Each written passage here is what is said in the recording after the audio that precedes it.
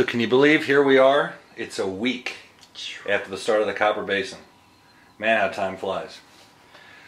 So we've had a chance to get back and get over all the crises and decompress a little bit. But it might be a good idea to chat a little bit about the race and tell the folks at home a little bit of a debrief and the inside story. So, perfect. Let's start with the race. So for both of you, overall, how would you describe this year's Copper Basin 300? The trail, the weather, the competition. What's your overall impression of the race? I think the weather, the trails, everything was pretty much. If I had to pick a weather condition or trail condition, it would be like it was this year. I think it was very favorable to the dogs in that they can. They had plenty of cushion. Unlike here where we're training now, it's really hard packed, and we get a lot of injuries, wrist injuries, this, that, and the other.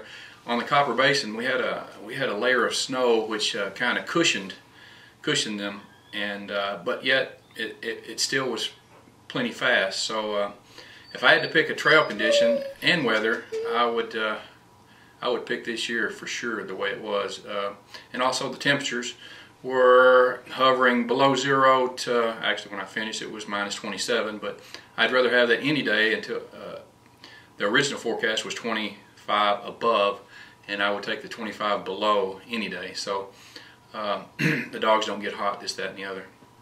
Ellen? And the trail itself, as far as the Copper Basin organization putting a trail in, it was phenomenal.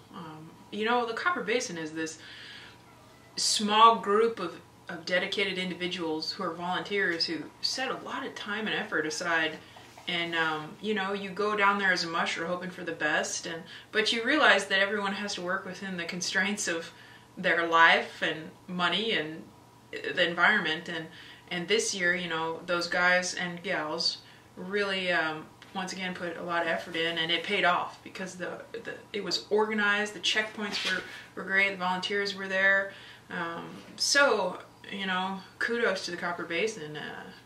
They put on a good show. Right. How did the race go for you, especially compared to your strategy going into it? My goal was primarily to see how Alan's team did, and also how Bridget and her team fared. And then I'd say my goal in the center there was to run these remaining dogs who are very, we don't know as much about those dogs, and see where they came out. So it was, as far as that goes, I was slightly disappointed to only finish with 8 dogs, but that was understandable as far as my goals and race strategy. So I was pleased with my personal race. I was very pleased with Alan's, and I was superbly pleased with Bridget's. Well, mine was a little bit easier in the fact that I could pick the healthiest dogs in the kennel. So that corresponded with having finished with more dogs, I think, also. Whereas Aliy had to go into the race with, you know, 1 or 2 few minor injuries that could come back to haunt you, which is why she had to drop dogs. So it was a little bit easier for me because I had healthy dogs. But the race went very well, just like I had hoped, almost. And we'll probably refer to this a few times, but for the next year. For the next year or so. But I'm sure we'll have a question about it a little bit later on. But anyway, in general, the race went great. You came screaming into Glen Allen 2 minutes behind Jeff, and next time I saw you was at the Roadhouse, and there was a few minutes gap in there. Something must have happened between Glen Allen checkpoint and getting back on the road. I was really optimistic coming off the river with, I don't know how many miles that would probably about 20 miles to Glen Allen, where people were actually on the highway telling me, you know, he's a mile ahead of you.